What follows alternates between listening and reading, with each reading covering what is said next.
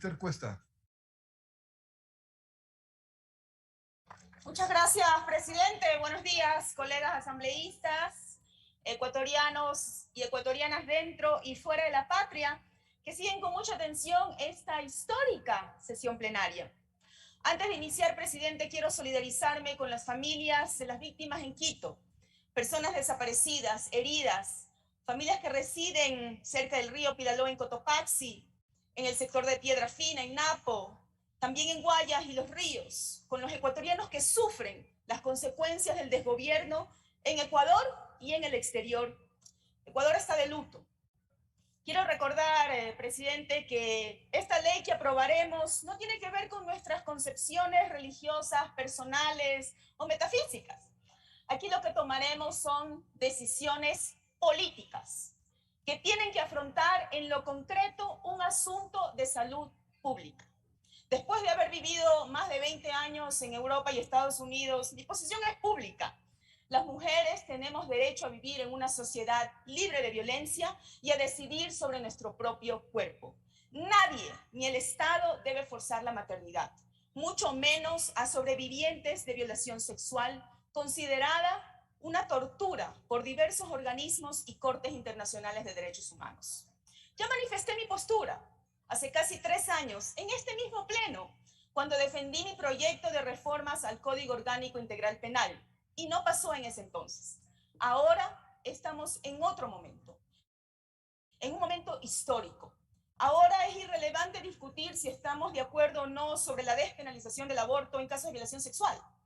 Hay una sentencia de la Corte Constitucional y aquí la responsabilidad de los 137 asambleístas es garantizar a través de una norma el acceso sin discriminación de niñas, adolescentes y mujeres en el Ecuador a la interrupción voluntaria del embarazo en casos de violación sexual, para que nunca más las personas gestantes seamos forzadas a la maternidad en casos de violación sexual y podamos tomar decisiones informadas de manera libre, segura y digna.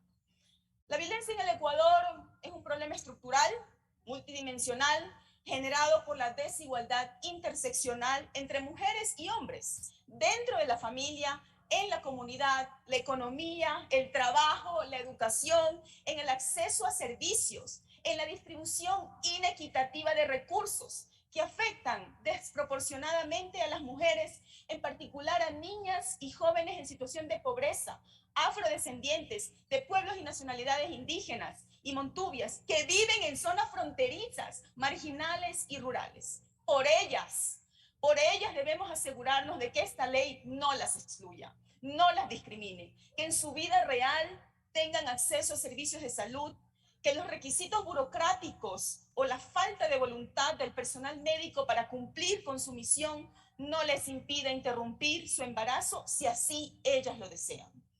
Esto no sucederá, evidentemente, con las mujeres de clase media y clase alta, que podrán ir a centros de salud privados o irse a Miami. El Centro de Apoyo y Protección de los Derechos Humanos, Urcuna, a partir de la emisión de la sentencia 34-N-IN-21 de la Corte Constitucional, que declaró inconstitucional la penalización del aborto en casos de violación, nos indica que del 29 de abril al 12 de noviembre del 2021 recibió 22 solicitudes de mujeres y niñas de acompañamiento para acceder a un aborto legal, de las cuales más del 50% eran niñas de 10 a 14 años. Y el 50% de todos los casos fueron de la provincia de Pichincha. Lo que significa 2 cosas fundamentalmente. Primero, que las personas que más necesitan esta ley son niñas y adolescentes. Y segundo, que las personas dentro o cerca de la capital son las que mayormente conocen de la sentencia de la Corte Constitucional. Por lo que debemos asegurarnos que las niñas, adolescentes y mujeres de todo el territorio nacional sobrevivientes de violación sexual sepan que existe esta ley y exijan su aplicación. En Ecuador, la violación sexual es una realidad diaria en espacios públicos y privados, y en el espacio más cotidiano, supuestamente seguro, que es el núcleo familiar. Según datos de la Política Intersectorial de Prevención de Embarazo en Niñas y Adolescentes y el Ministerio de Salud, alrededor de 7 niñas de 9 a 14 años y 25 adolescentes de 14 a 19 años paren a diario en este país, lo que nos coloca en el tercer país en la región de América Latina con la tasa más alta de embarazos de niñas y adolescentes. Más de 3.000 niñas menores de 14 años son madres al año, según el Ministerio de Salud. La mayoría de estos casos, embarazos, son producto de violación. Y muchas niñas y adolescentes se ven obligadas a unirse con hombres mayores cuando se embarazan y la vulneración de sus derechos aumenta.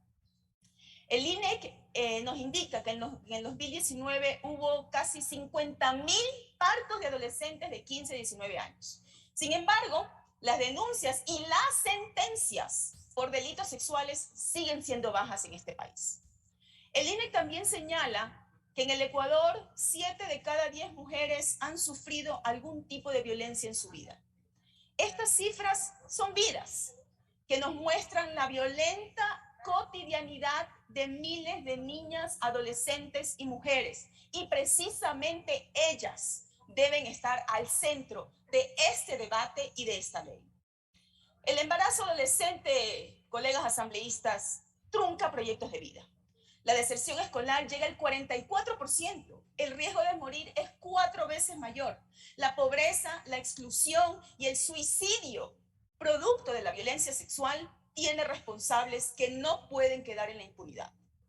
La Fiscalía señala que en el 2019 recibió 5.354 denuncias de abusos sexuales, mientras que en el 2020, en plena pandemia, cuando miles de niñas y adolescentes no fueron a escuelas y colegios y aún siguen en teleeducación, en el mejor de los casos, porque muchas niñas y adolescentes no tienen dispositivos ni internet y convivieron y siguen conviviendo más tiempo con sus agresores, solo se recetaron 2.464 denuncias, y no precisamente porque hubo menos niñas, adolescentes y mujeres víctimas de violencia en este país. Según datos del estudio Costos de Omisión en Salud Sexual y Reproductiva en Ecuador, al Estado le cuesta 67.8 millones de dólares al año atender embarazos no deseados. Y 2.3 millones de dólares cuesta la atención de complicaciones post-aborto. Para los contadores, que solo ven la vida humana como un gasto público, les quiero decir que cuesta 158 dólares atender un aborto legal y seguro, mientras cuesta 237 dólares la atención por complicaciones de salud, luego de una práctica de aborto inseguro. Desde el Grupo Nacional Ecuador de Parlamentarios para la Acción Global, realizamos 3 conversatorios virtuales sobre la interrupción voluntaria de embarazo en casos de violación, en julio, agosto y septiembre del año pasado, con la participación de expertas nacionales e internacionales, parlamentarias de la región, representantes del Sistema de Naciones Unidas y académicas que nos permitieron reflexionar sobre los avances y retos que tenemos y nos proporcionó insumos para las observaciones que presenté a la Comisión sobre este proyecto de ley que debatimos hoy. Es fundamental garantizar el consentimiento informado para que niñas, adolescentes y mujeres que decidan voluntariamente interrumpir su embarazo en casos de violación lo hagan en condiciones adecuadas, dignas y con el acompañamiento profesional necesario. La Corte Constitucional fue clara al establecer que para niñas menores de 14 años no debe imponerse requisito alguno para facilitar la interrupción voluntaria del embarazo en casos de violación, porque existe la presunción legislativa de violación. El centro médico debe notificar a la Fiscalía e iniciarse un proceso penal contra el victimario, quien quiera que sea. En el caso de personas mayores de 14 años, la Corte Constitucional establece la incorporación de requisitos. Esos requisitos no deben ser revictimizantes, no deben generar cargas desproporcionadas a las mujeres y poner en el centro a las mujeres, adolescentes y niñas sobrevivientes de violencia sexual. En consecuencia, este proceso debe ser reparador.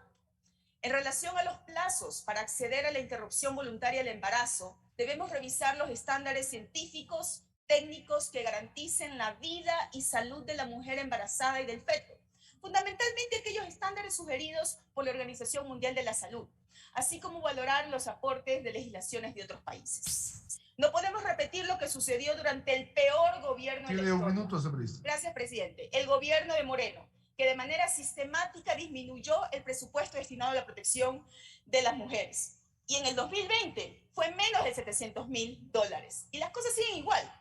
Este Parlamento debe realizar el más estricto control político y fiscalizador para que el gobierno implemente medidas de prevención para enfrentar la violencia de género, la violencia sexual y la violencia contra niñas, adolescentes y mujeres. Esta ley debe obligar al Estado a realizar programas de formación, capacitación, sensibilización y difusión de derechos humanos con enfoque de género, que sepan que esto ya es ley y deben aplicarla les guste o no.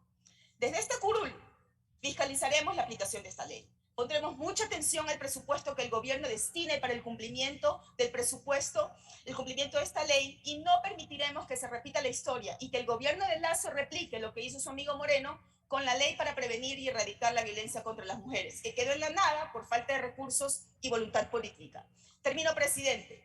Por toda esta historia de imposición estructural y cotidiana en las relaciones de género, por la histórica lucha en los movimientos de mujeres, por las mujeres discriminadas y subalternizadas del campo y la ciudad, por las niñas, adolescentes y mujeres que han sobrevivido a la violencia y el abuso sexual, debemos aprobar esta ley orgánica que garantiza la interrupción voluntaria de embarazo para niñas, adolescentes y mujeres en casos de violación, y que nunca más seamos forzadas a la maternidad, al menos en estos casos, gestando un avance para que podamos decidir de forma libre, segura y digna. Gracias, presidente.